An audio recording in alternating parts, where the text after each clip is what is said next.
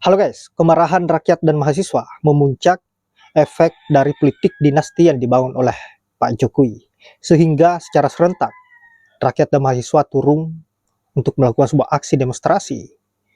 Mendesak Pak Jokowi agar turun dari jabatannya karena dianggap orang yang merusak demokrasi.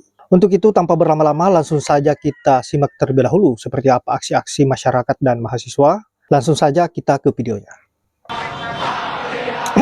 Di Makassar nih.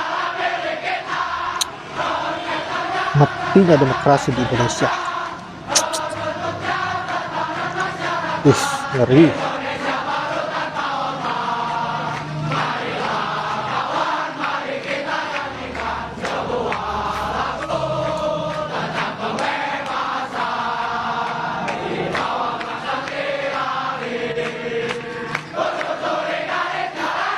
Depan Indonesia.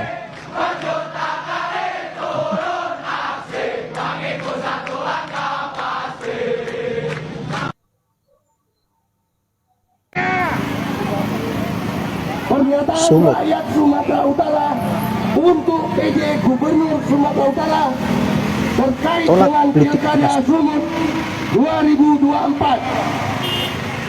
Cawe-cawe. Cawe-cawe. Kami atas nama rakyat Sumatera Utara yang peduli dengan Pilkada Sumut 2024 agar terlaksana dengan jujur dan adil sesuai ketentuan yang seharusnya berlaku.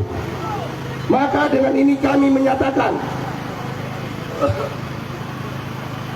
satu, bahwa kami melihat PJ Gubernur Sumatera Utara tidak bertindak secara adil dan jujur dalam Pilkada Sumut karena sudah melakukan cawe-cawe untuk mendukung salah satu calon gubernur di Sumatera Utara yang didukung oleh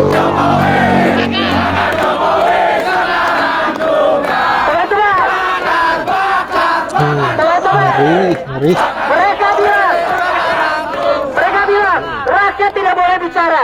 Sekarang Pak Jokowi cari saya di UGM bersama rakyat yang hadir hari ini dan 270 juta rakyat yang berdemo di Semarang, di Solo, di Bandung, di Jakarta, di Lampung, di Kebumen, di Cilacap, di Papua, di Aceh, di Medan. Kami tidak takut, kami Jogja. Turun Jokowi sekarang juga.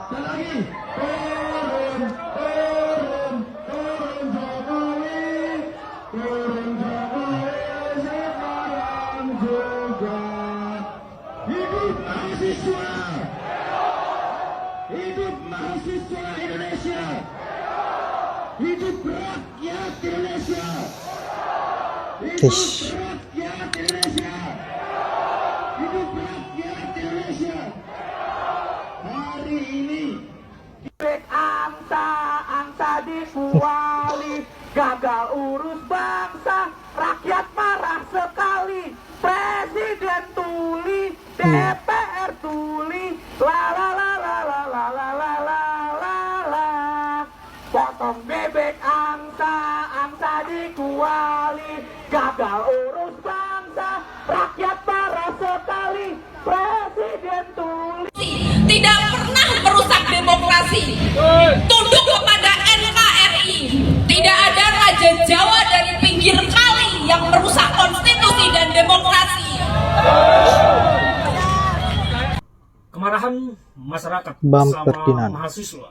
Kalau kita melihat satu harian kemarin 26 Agustus 2024, banyak gerakan aksi massa bersama dengan mahasiswa turun ke jalan mulai dari Sumatera, Jawa, Kalimantan, Sulawesi.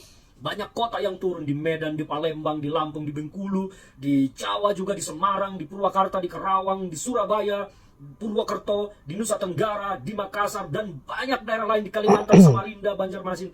Mahasiswa kita turun serentak ke jalan dan rata-rata menjadikan DPRD dan pemerintah untuk menjadi sasaran demo. Apa yang mereka percarakan? Apa yang mereka perjuangkan? menolak upaya-upaya kekuasaan, terutama menolak upaya-upaya pelanggangan dinasti yang sepertinya dan kasat mata bisa dilihat oleh masyarakat bagaimana Jokowi membangun dinastinya sangat kuat. Bahkan negara ini harus pusing dan terganggu demi dinasti politik Jokowi. Inilah yang saya perhatikan kemarin, semua disuarakan secara serentak oleh masyarakat. Setelah beberapa hari yang lalu juga demo besar-besaran di gedung DPR RI, di gedung KPU untuk menolak upaya-upaya revisi undang-undang yang menjadi jalan bagi dinasti politik Jokowi.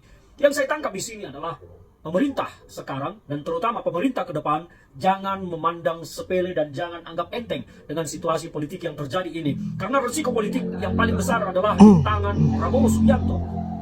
Jokowi sudah akan berakhir. Jadi kalau bangsa ini pun rusuh secara nasional, Jokowi lengser, dia tidak akan merasakan lengser yang berat. Karena memang ini sudah di ujung kekuasaannya. Tetapi yang paling berat adalah bagi Prabowo Subianto ketika negara kacau. Maka Prabowo Subianto terancam batal dilantik menjadi Presiden Republik Indonesia ke-8. Ini adalah resiko politik yang tidak mudah. Maka koalisi Indonesia Maju yang dipimpin oleh Prabowo Subianto, dan saya melihat di sana ada kepercayaan beliau, Bang Sukmi Dasko yang menjabat sebagai Wakil Ketua DPR, harus sangat berhati-hati mengantisipasi membaca gerak politik yang terjadi saat ini. Karena ketika salah membaca gerak politik dan salah menganalisis, salah treatment, maka keruntuhan, kehancuran yang akan didapat, Prabowo batal menjadi presiden dan kemungkinan akan ada pemilu yang baru untuk memilih pemimpin ke depan, siapa yang layak memimpin Indonesia. Dan ini adalah sebuah politik dan demokrasi. Bisa saja terjadi dan itu sah menjadi bagian demokrasi ketika bangsa ini jatuh ke dalam situasi chaos nasional dan terjadi pemerintahan transisi. Ujung-ujungnya adalah pemilu baru. Maka Pak Prabowo yang akan paling dirugikan. Jadi Prabowo Subianto harus sangat berhati-hati, jangan sampai hanya karena urusan mengucapkan terima kasih kepada Pak Jokowi, Pak Prabowo mempertaruhkan apa yang jauh lebih mahal daripada sekedar mengucapkan terima kasih dengan membuka jalan bagi dinasti politik Pak Jokowi. Dan bagi saya, gerakan massa ini, gerakan mahasiswa bersama massa yang terlihat kemarin serentak dilakukan di banyak daerah.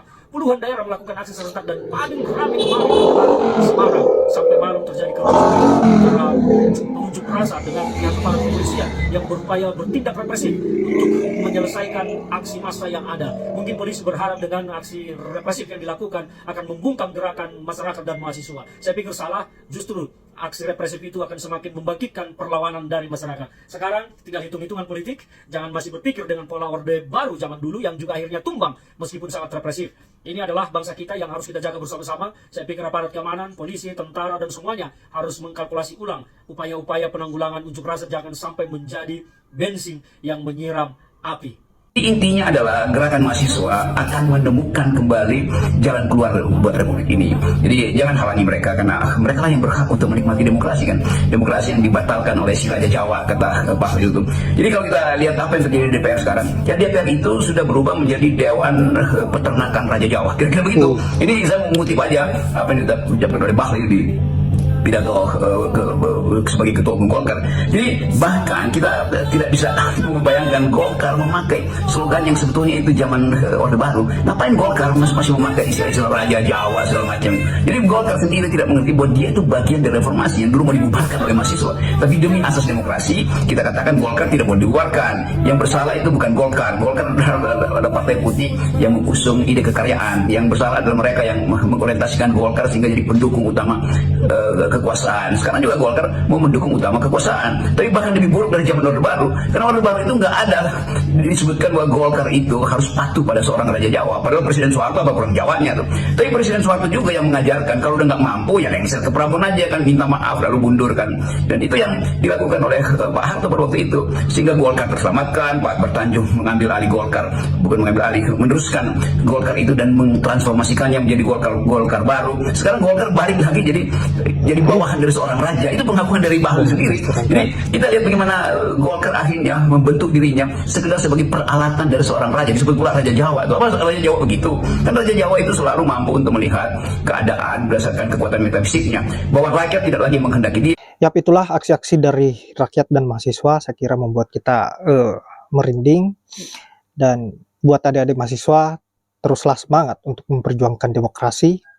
Jangan kalian biarkan demokrasi ini diobok-obok oleh satu keluarga demi ambisinya dan kehausannya terhadap kekuasaan. Baiklah sahabat-sahabat, saya kira hanya itu. Terima kasih sudah menyempatkan diri untuk menonton dan semoga ada manfaat dari video yang saya akhiri dengan ucapan wallahul muwaffiq ila aqwamit thoriq. Assalamualaikum warahmatullahi wabarakatuh.